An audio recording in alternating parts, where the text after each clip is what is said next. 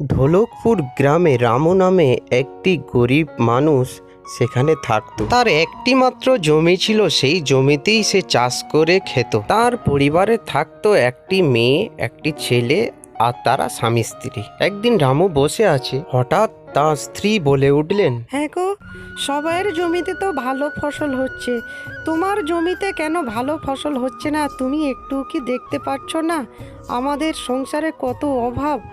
আমাদের ছেলেদের দুটোকে পড়াতে হবে, আমরা তো কিছুই করতে পারছি না। আরে আমি কি আর ইচ্ছা করে এভাবে চলছি? আমার জমিতে তো আমি যতবারই চাষ করছি ফসলই হচ্ছে না। আমি তাহলে কি করতে পারি? আমি তো ভেবে উঠতে পারছি না। আমারও কি কষ্ট হয় না ছেলে দুটোর জন্য? সবাই বাড়ি থেকে তাদের ছেলেদের কত ভালো জায়গায় পড়াচ্ছে, আর আমার ছেলে দুটোকে আমি পড়াতে পারছি না। আমার কি একটুও কষ্ট হচ্ছে না? এই বলে রামু কোদাল নিয়ে তার সেই জমির দিকে রওনা দিল। গিয়ে মনের দুঃখে মনের কষ্টে জমিতে গিয়ে কোপাতে লাগলো, কিন্তু ফল তো একই, ফসল ফলবে না। সে মনের কষ্টে একটি গাছের তলায় গিয়ে বসলো, আর গাছের নিচে বসে বসে সাত পাঁচ ভাবতে ভাবতে সে বলল, হায় রে, আমি আমার বাড়িতে ছেলে মেয়েদের কাছে গিয়ে কি বলবো? আর ওর কথাগুলি ওই গাছের উপরে বসা একটি পরী বসে বসে শুনছিল। আর পরীটি বলছিল, আরে মনে হচ্ছে এই গরিব কৃষকটির মনে খুব দুঃখ, আর আমিও তো দেখতে পাচ্ছি এর এই মাঠে চাষ হচ্ছে না। হয়তো সেই জন্যই চিন্তা করছে। আচ্ছা, দেখি ওকে একটু সাহায্য করতে পারি কি না।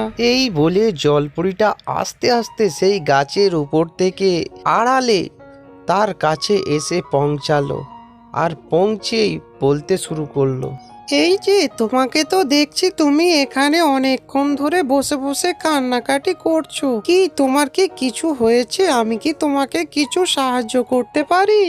আরে তোমাকে তো আমি আগে কোনোদিন এখানে দেখিনি। তুমি কোথায় থাকো? তুমি বা আমাকে সাহায্য করবে কিভাবে? আরে ও সব নিয়ে তুমি ভেবো না, এই দানাটি তোমাকে দিচ্ছি, তোমার ওই মরা জমিতে পোতো, দেখবে কেমন ফল হয়। কিন্তু বেশি লোভ করবে না, তাহলে তোমার ক্ষতি হতে পারে। এই বলে জলপরীটা আবার উড়ে চলে গেল, আর রামু সেই দানাটি নিয়ে তার সেই মরা জমিতে দানা পুঁতে দিয়ে চলে গেল। রামু সকালবেলা সেখানে গিয়ে দেখলো তার সেই জায়গায় একটি ছোট্ট চারা গাছ জন্মেছে।